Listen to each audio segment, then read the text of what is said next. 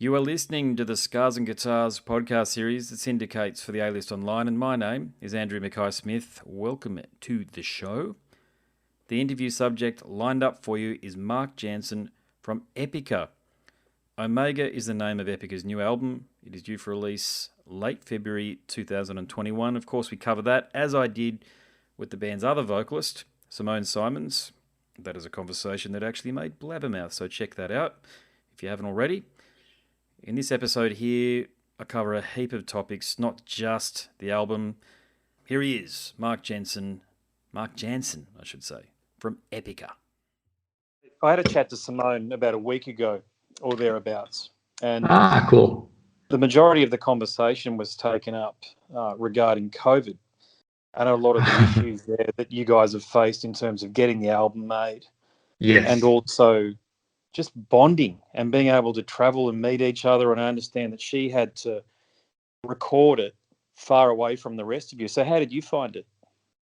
Yeah, I also had to record far away from the rest of the guys because I live even further away than she does. I live in the south of Italy, in Sicily, yes. And I was in complete lockdown at a certain point. I was not even to leave my garden.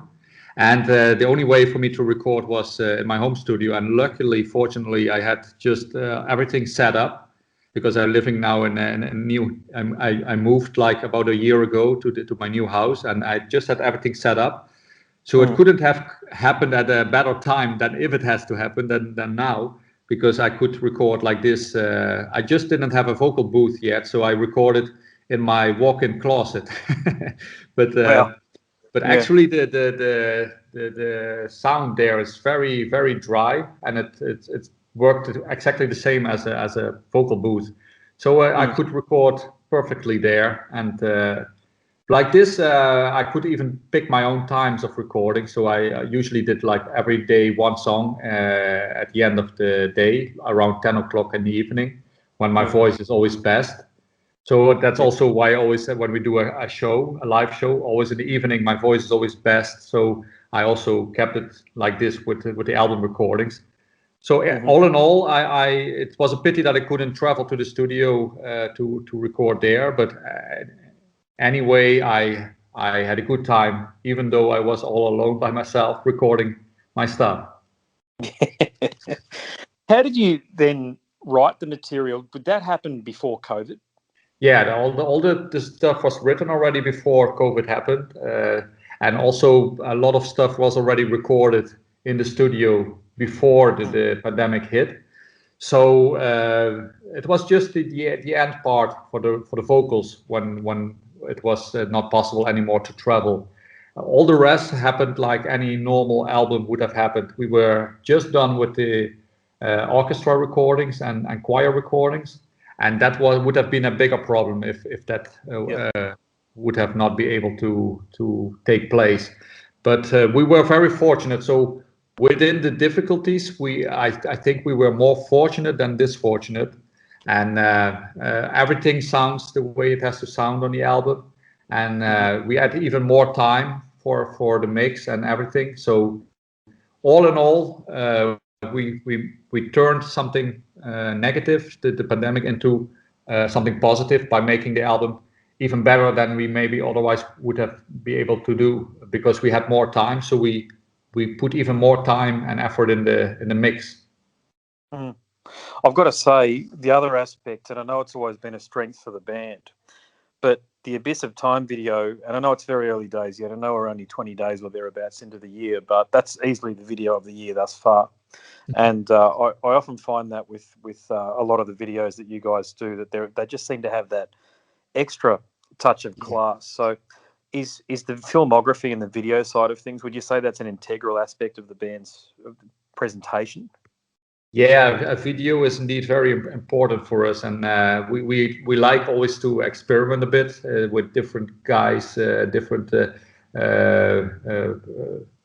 you say the companies to make videos, and also to keep it refreshing for ourselves, because everybody has a different way of working, but the quality has to be high. And we saw the work of Group at 13 with the old work they did with other bands, and that always the quality was always very, very high. And I must say we worked with them and a really pleasant way of working. They know what they're doing. They do their part of the job very well. And as a band, you don't have to worry all the time about the side things that you should on a shooting day not worry about. But if you work with unprofessional people, for example, like we sometimes had in the early days, then you have to do a lot of the thinking yourself. But with these guys, you upfront, you discuss the story, and on the day itself of the recordings, you don't have to worry about a thing. And I love that. Yeah. How do you then, I guess the word's not recruit, but how do you find people that are going to live up to your expectations? Because just the minuscule amount that I've had to do with putting videos together, they're bloody hard to do. But as I say, yours has some truly, and excuse the pun, epic production qualities. So is it just a case that you already know who you're going to work with because you've been in the industry for 30 years, or is it, do you find it through recommendations, that sort of thing? Yeah, we had several options, and we discussed them through Skype with the band, and everybody had this group at 13 at number one of that list. So for us, it was pretty obvious to go for them. And there's one more video coming up from group at 13 for Epica, and that's the Skeleton Key. And that video I'm also very happy with. It's a great atmosphere. It has a very dark atmosphere. It turned out really great, and that one is going to be released around the release date of the album.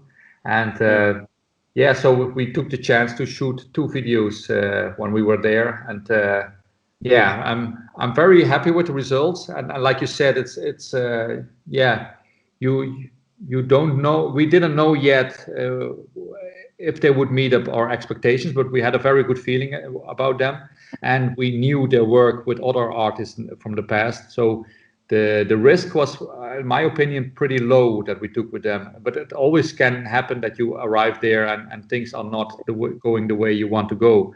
But I must say, this group of 13, they delivered, and they met our expectations, and they're very professional. I meant to ask Simone this when I had a chat to her, but the other impressive aspect of your presentation in terms of giving fans access to your material is via the book, Essence of Epica. Now, I know it's a year or two old at this point in time. So did that release, did it meet your expectations? Do you think that the fans who really wanted to get into it and buy it, were they able to do that? Yeah, it certainly met our expectations. It was quite a lot of work, but the goal was to at least break even. And I think we even had a little profit about the book.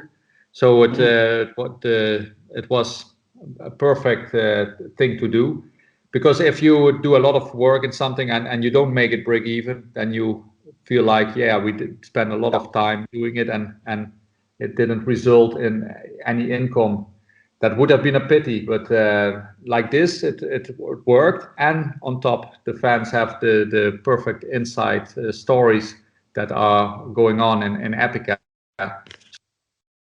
So that is a win-win situation. I'm very happy also to have this book myself for later on, to be able to read it again in about 20 years and bring back all the memories. It's a very, very well documented thing. And yeah, so it's very happy with the end result. I'm going to change gears for a sec and talk about your other band for a moment, because I did have a chat to Marcella a couple of years ago. Yeah, I had a chat to her. Sorry, I can't remember the name of your album now off the top of my head, but it's another great album. But look, I understand. Yes. Yeah, there you go. Yeah. And great videos too with Mayan as well. So it's something that both bands have in common. But I understand she was diagnosed with cancer, which is extremely unfortunate, of course. But is she doing better these days? Yeah, she completely recovered, fortunately, and it was indeed a very nasty form. And I was a lot in touch with her during these days, and I also one time with Simone I visited her. One time I visited her by myself. Even though that I lived so far away, I thought it was very important to be there for her during these hard times, because it could have been a matter of life and death even. So I'm very happy she made it through. She's such a wonderful person, and always positive, always bringing good atmosphere vibes to Mayan. So it's a wonderful person, and I'm really glad that she made it through, and thankful also for it. And now unfortunately we cannot do any live shows, so it's we still cannot see each other at this point. But hopefully when all this COVID stuff is over, then we can also share the stage again. Yeah, agreed. Yeah, I mean that's really, a band like you guys, you're one of the few symphonic metal bands that I think have got a true grasp, I think, of what is needed to deliver what you sound like on a recording live. But you've also got that improvisational capacity as well with the guitar playing, because you are a great guitarist. Thank you very much. Yeah, and it's one of those situations, I think, I'm always very, especially with symphony. I remember back to Metallica when they released S&M back in 1999, and to me that album's a dog's breakfast. It's a terrible album. And I think between, say, you guys, Thorian, Blind Guardian, I always, whenever I hear some younger people or people who may not be aware, the mainstream or the garden variety heavy metal fans, and they talk about S&M and they think the last one too sounded like garbage. My opinion, of course, but I'm entitled to it, so I tend to share my opinion on these things. And but when I hear you guys, and as I say, Blind Guardian, Mayan, Thorian, I always say to people, guys, there's a whole world out there of music. There's a whole bunch of bands out there from Europe, mainly from Europe, of course, because in my view, that's where heavy metal has always come from, that you can tune into, but you got to dig beneath the surface. I know we've got the internet these days, but of course in Australia, we're a faraway territory, meaning that we've recently only got download, but a lot of people are still clued into these so-called big bands, Metallica and Judas Priest, this sort of thing. And I'm always saying to people, get into the new stuff. And it's, you guys have been around for a couple of decades now at this point. But do you find that in the territories, the English-speaking territories like Australia, Great Britain, and the United States, maybe even Canada, that it's a little bit harder for you to cut through and achieve an audience as opposed to that great audience you've got in, say, South America and Europe? Yeah, it took definitely longer. For example, in America, it took us a couple of tours in order to make it to the next step. And now, unfortunately, people are really into our music, and we have now decent crowds also in the US. Also, UK, indeed, that was also maybe took also a bit longer, but nowadays when we play in London, it's one of the highlights of the tour. Even the crowd is so fantastic there. And I remember also, clearly coming to Australia, and we cannot come over that often because indeed it's so far away. But maybe that's the reason why for Australia it didn't happen yet, that we made it to the next level, because to make it to the next level you have to play very often somewhere, I guess, and but we are very happy with the crowd we have also in Australia. It's maybe not the biggest crowd in the world, but it's a very wild crowd, a very passionate crowd, and that's all that matters to us. And there was almost like a new tour booked for Australia, New Zealand for when the COVID hit us. So it didn't happen in the end. But we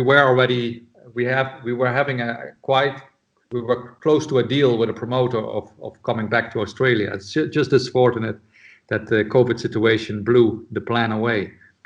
But after all this stuff is over, we will definitely make new plans.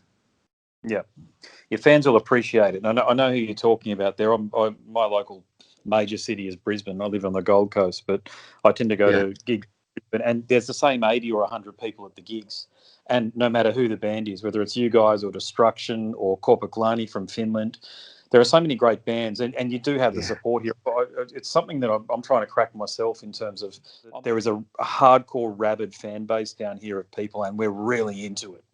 And I know. Yeah, and I really love Brisbane, by the way. That's my favorite town to play, and it's not just for to play itself, but also to be in Brisbane. Everything is great there. Also when you cycle and you have a flat tire, then you can find right away stuff to repair your tire. For me, that was something wow. I've never seen that before somewhere. So I really loved it. Yeah, I suppose it'd be a bit like, I know you're from the Netherlands originally, because I understand Holland is obviously it's one of the, or Amsterdam is one of the bike riding capitals of the world, isn't it? So I can sort of understand how you got that. But yeah, no, it's great. No, thanks for saying that about Brisbane. Actually, we sort of get left off a lot of major tours, of course, Sydney and Melbourne being the two significant draws. But Brisbane's got its own charm. I think it's a lot hotter, of course, than the other two cities, but the fans here I tend to find are very down to earth, man. And to your point, exactly what you're saying, man. It's a nice city to sort of wander around in on a day off. Yes, exactly. And because the bigger city, the bigger a city is, the less comfortable I usually feel, because I need to be easily when I want surrounded by nature. And even though I also like being around in big cities when there's nice people, but usually for big cities it's not really my cup of tea. And Brisbane has a lot of charm, and I really like it. That's awesome. Yeah. No, cool, mate. Look, have I got time for a couple more questions? About 20 minutes I've got, or thereabouts. Sure. Yeah.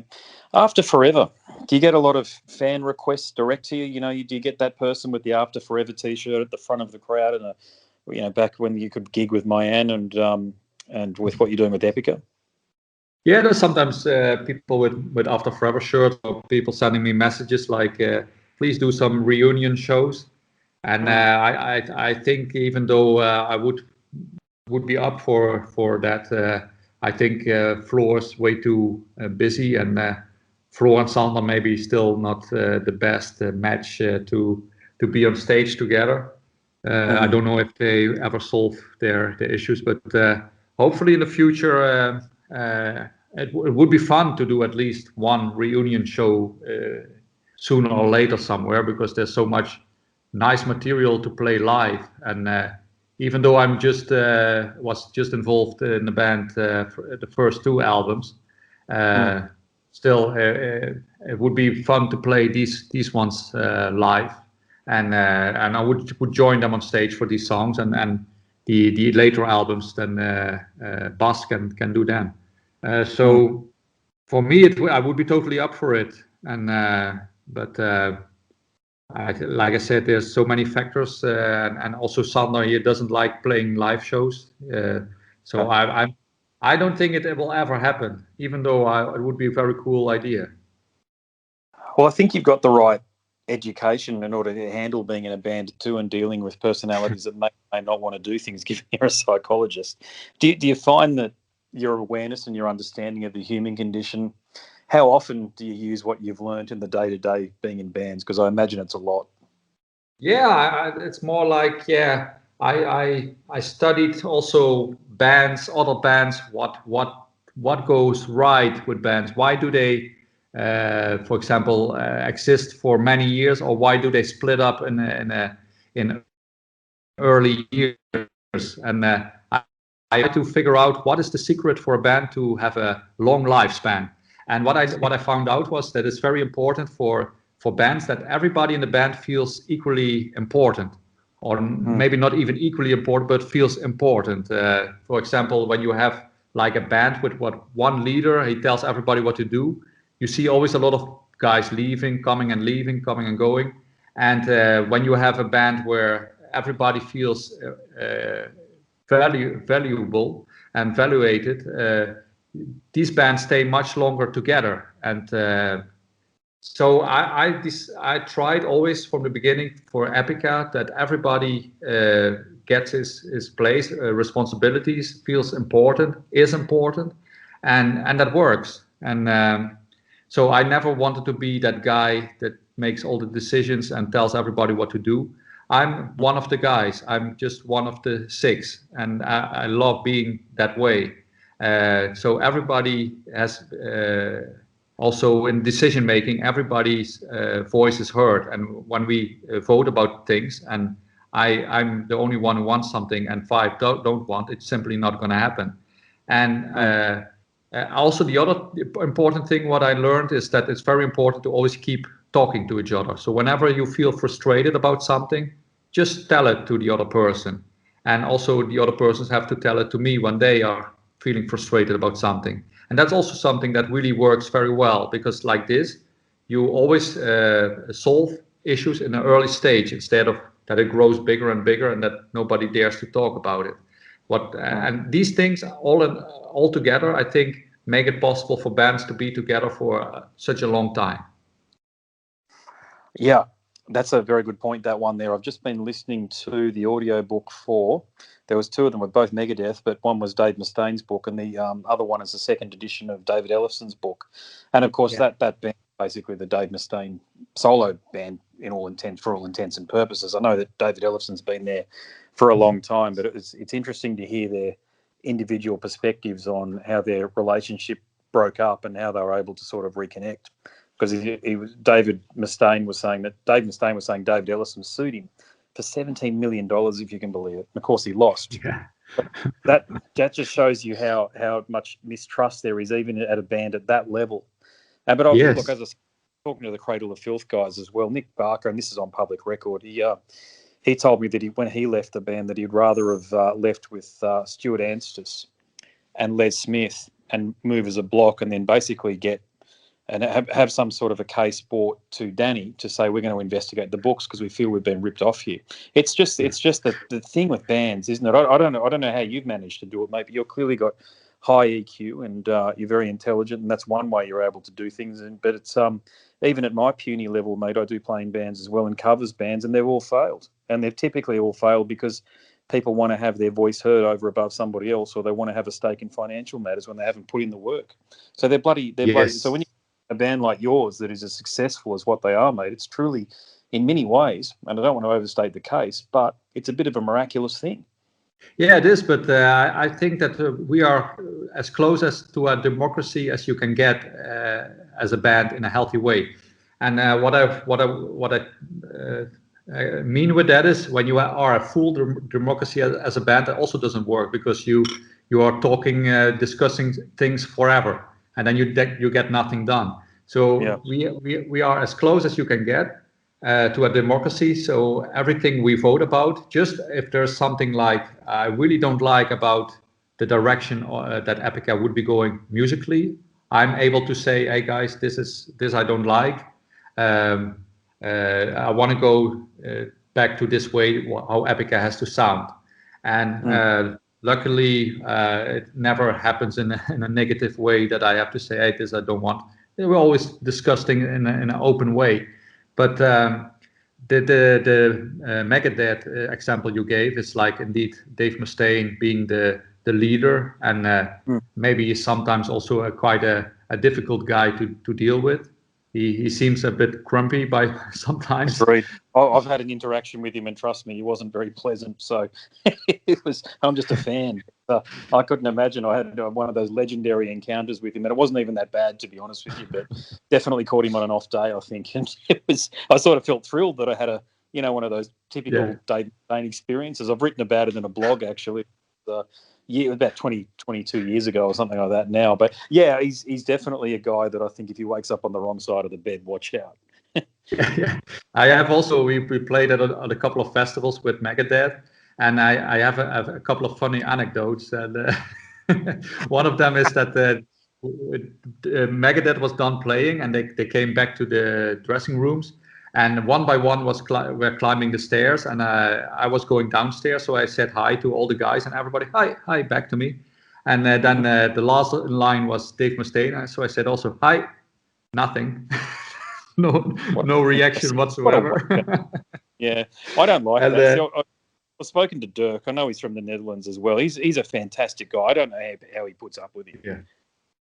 You know, like. Yeah, all the guys were very friendly, but this Dave guy.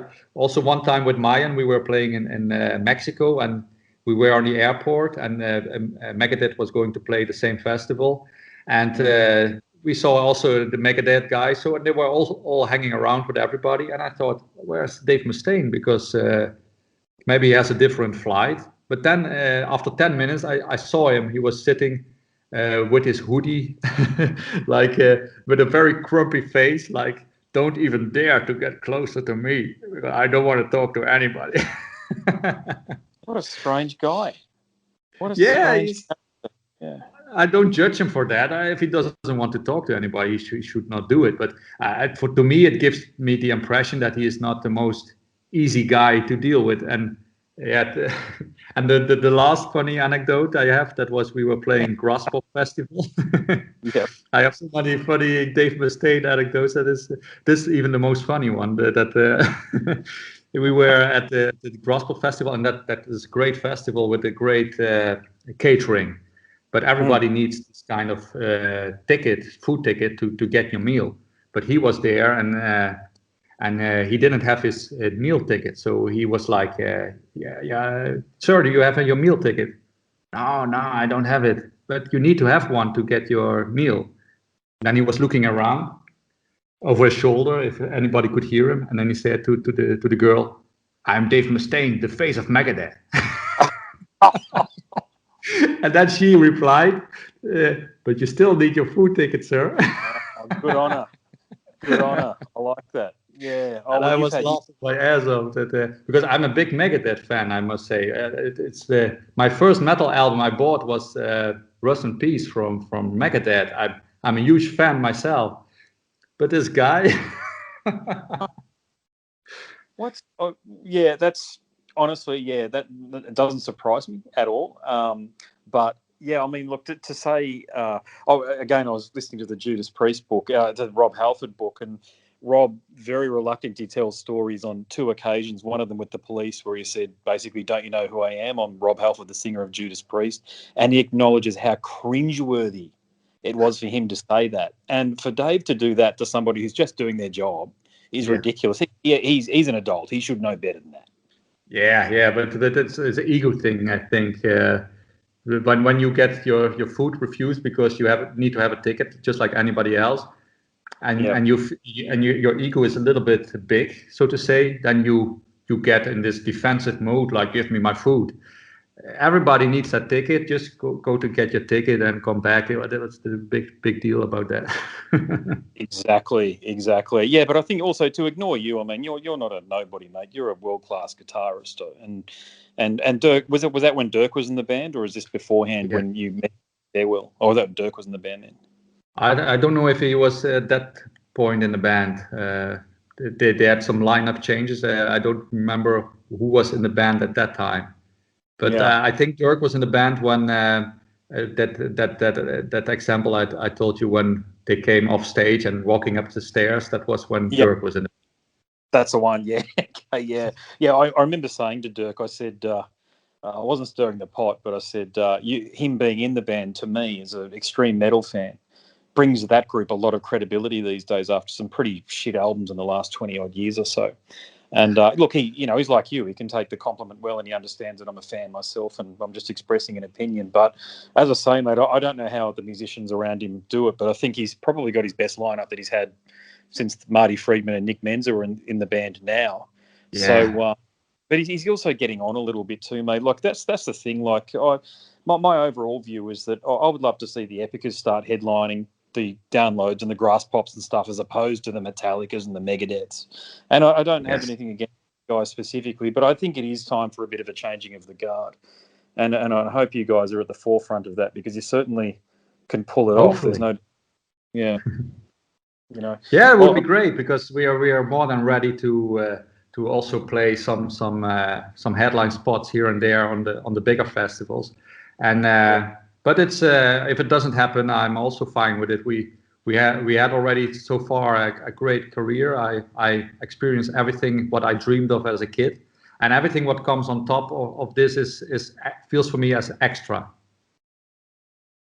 Yes, I get what you're saying. But it's nice though when you get to your goals reset, when you achieve different levels. And I think you guys are like in that definitely at that next tier to come through and start headlining. It's just a case, along with the Lamb of Gods, these sorts of bands here. I'd like to see that sort of a setup happen. It's just, one of the first downloads we had in Australia, which is in 2017, I think. I flew down to Melbourne for it. Korn were headlining.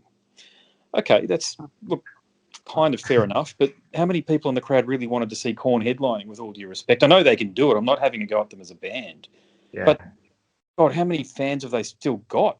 Really? I mean, I was never a fan myself, so I don't know how big they are nowadays. But I remember they were huge back in the days. I even remember our first tour manager having a tattoo of corn on his arm, and then later on tattooed something over it to cover it up. Yeah, one or two good albums, and that's it. Bands like that, they never have a career worthy of. They never have like 7 or 8 albums like what you've got that are all bangers. They just never do. They have 1 or 2 good albums. Even Megadeth falls into that category a little bit, unfortunately. Metallica definitely do. It was always my nightmare scenario that to have a band and then at a certain point starting releasing garbage albums. So I do whatever is in my power always to get the best out of myself and the other guys for every next album. And I feel the same hunger in the other guys, and that's great to experience, because it's really my nightmare scenario that you release album after album at a certain point, and that people say these new albums they are really not of the same level as it was before. That must be terrible. Yeah, I think a lot of that comes off hype too. None of those albums by Korn back in the day were as good as what the hype was around it. But none of them were. It's just my feelings, I think, are echoed by a lot of people. But just to frame it, the whole point overall, I was showing a friend of mine who's from Chile your Abyss of Time video the other night, and he was asking me some questions about it because being South American, he loves metal, but he hadn't heard of you guys before. But, you guys are how many albums are you in with Epica? It's about 7 or 8 by now, isn't it? Yeah, this is our 8th studio album. It's your 8th studio album. The thing is, you've refined your craft over that whole period, probably without a lot of commercial pressure either, especially with Marcus and what Nuclear Blast are doing. You've been given that opportunity to fine-tune what it is you do without taking this, with all due respect here, I say, these stupid risks that I see these American bands do, and Australian bands too, because of the commercial pressures of being on radio. I still don't even know why that gets mentioned. I mean, as if radio has any sway in 2020, 21. We never wanted any pressure of making music in a certain direction. We also said right away with the negotiations with Nuclear Blast, when they took place, we said, we don't want anybody to tell us what to do. And they said, no, we don't even want to tell you what to do. You do your part of the job and we do ours. And that worked perfectly fine all those years. Well, long may it continue. I know Marcus is a smart guy, and you guys are. I mean, to mess with the formula that you guys have got would be just silly. And I'm from the sounds of things, it definitely won't happen. So, mate, I better let you get to the next interview. But it's been a joy to talk to you. It was nice to talk to you too. Yeah, look, you're one of those guitarists that I've had my eye on for a number of years, and I just. I know it's not easy, mate. I mean, you make it sound easy, but I know it's not easy doing what it is that you do. So thank you for doing what you do, because for people like me, I'm in my 40s, right, and I've been a metal fan most of my life. But it is important for bands like you guys to be out there, and as a fan, mate, I do appreciate it. Thank you very much. I really appreciate also the things you say.